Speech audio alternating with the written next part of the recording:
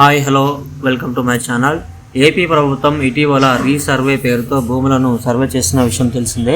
అయితే ఇప్పుడు పట్టాదారు పాస్ పుస్తకాలపై ఏపీ సర్కార్ అయితే కీలక ఆదేశం అయితే తీసుకుంది. అదేంటంటే గ్రామంలో రీసర్వే పూర్తయినా రీసర్వే చేయకపోయినా అన్ని గ్రామాల్లో రిజిస్ట్రేషన్ ఆ తర్వాత మ్యూటేషన్ చేసే ముందు వ్యవసాయ భూమిని తప్పనిసరిగా సర్వే సబ్ డివిజన్ చేయాలని అధికారులను అయితే ఆదేశించింది. అలాగే గ్రామంలో రీసర్వే పూర్తయినా అవ్వకపోయినా అన్ని గ్రామాల్లో ఏదైనా మ్యూటేషన్ అభ్యర్థన వస్తే ముందుగా వ్యవసాయ భూమిని తప్పనిసరిగా సర్వే సబ్ డివిజన్ చేయాలని, రెవెన్యూ రికార్డుల మ్యూటేషన్ ప్రక్రియను స్వయంగా చేయడం, పోస్ట్ సబ్ డివిజన్ అన్ని సందర్భాల్లో రిజిస్ట్రేషన్ అవసరమైన కాకపోయినా ఏపీ హక్కుల రికార్డును సవరించాలని, తద్వారా భూమి పట్టాదారు పాస్బుక్ చట్టం నిబంధనలు సులభతరం అవుతాయని ప్రభుత్వం అయితే అధికారులను ఆదేశించింది. ఈ 3 రూల్స్ అమలవడానికి అవసరమైన అన్ని చర్యలను తీసుకోవాలని ప్రభుత్వం ఆదేశించింది. ప్రజలు తమ వ్యవసాయ భూమికి సబ్ డివిజన్, రెవెన్యూ రికార్డుల మ్యూటేషన్ చేయించాలి అనుకుంటే ఆ మ్యూటేషన్కి ఈ కొత్త రూల్స్ అయితే మొదలవుతున్నాయి.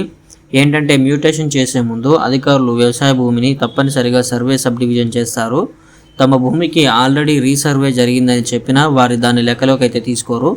తమ ఆదేశం ప్రకారం వారు సర్వే సబ్ డివిజన్ చేస్తారు. దీనిపై ఆందోళన అవసరం లేదని అధికారులు అయితే చెప్తూ ఉన్నారు.